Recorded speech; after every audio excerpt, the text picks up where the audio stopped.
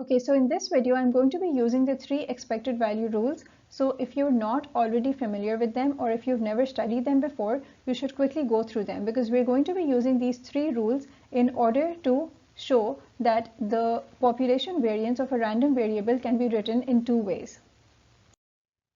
Okay, so let's say that we have a random variable x and the population mean is denoted by mu x and the population variance is denoted by sigma squared with the subscript x. So we know that by definition, the population variance of a random variable is the expected value of the square of the difference between x and its mean.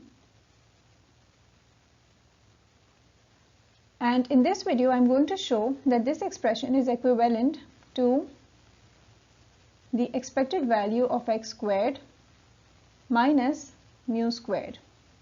Okay, so first of all, what I'm going to do is I'm going to expand this term right here because this is a perfect square.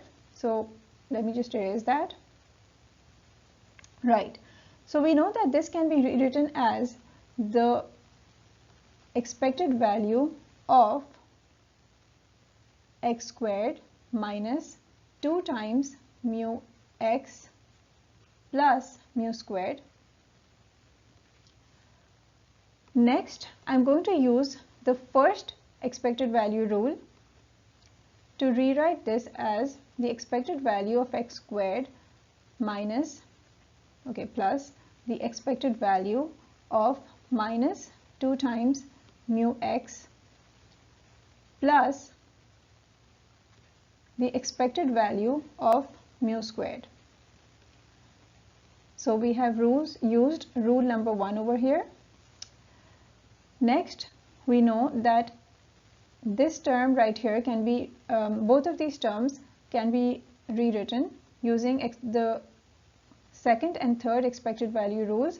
So this one over here becomes minus 2 times mu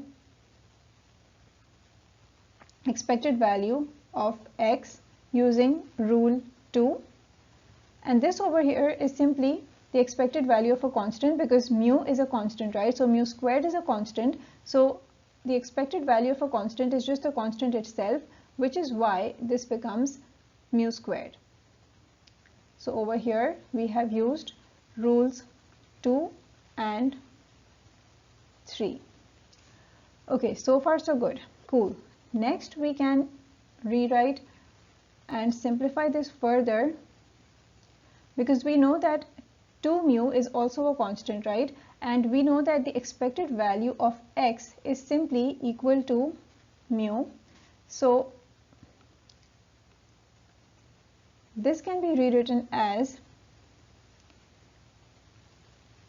minus 2 mu into mu plus mu squared. Okay, and over here what we have done is we have simply used the fact that the expected value of x is simply equal to mu, right?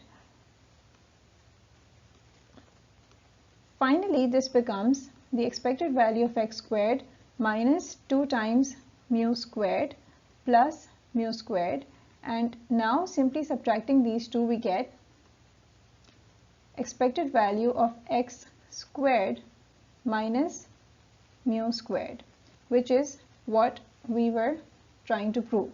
So we can see that we started out with this expression over here, that is the expected value of the square of the difference between x and its mean is equal to the expected value of x squared minus mu squared.